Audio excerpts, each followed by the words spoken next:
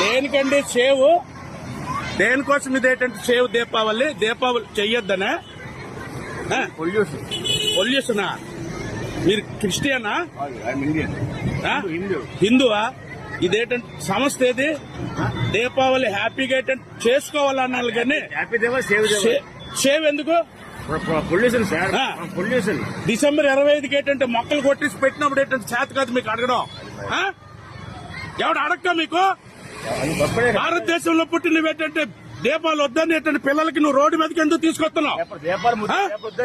దీపాలు వద్దని చెప్తున్నా పిల్లలందరికీ. దీపావళి హిందువులుగా అందరూ పాటించండి. దీపావళి చేయడం మన సనాతన ధర్మం. జై శ్రీరామ్. ఎవరు చెప్పండి మీకు? చెప్పండి సార్. రోడ్ల మీద పిల్లలు తీసుకొచ్చి మీకు ఎంత దరిద్రంగా తీసుకొస్తారు. పిల్లలు ఏంటంటే లక్షలు పోసేటంటే చదువుకున్న వాళ్ళకి పట్టుకొస్తుంటే మీరు అలా చేస్తారా? చర్చిలకు వెళ్ళి భారతదేశాన్ని పాడు చేయడానికి మీరు పుట్టున్నారు. వ్యభిచారికి పుట్టినోడు దేవుడు అవుతాడా? యేసు ప్రభు కాదు.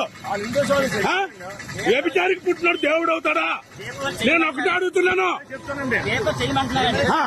సేవ్ దీపావళి అంటే జై శ్రీరామ్, జై శ్రీరామ్, జై శ్రీరామ్, జై శ్రీరామ్.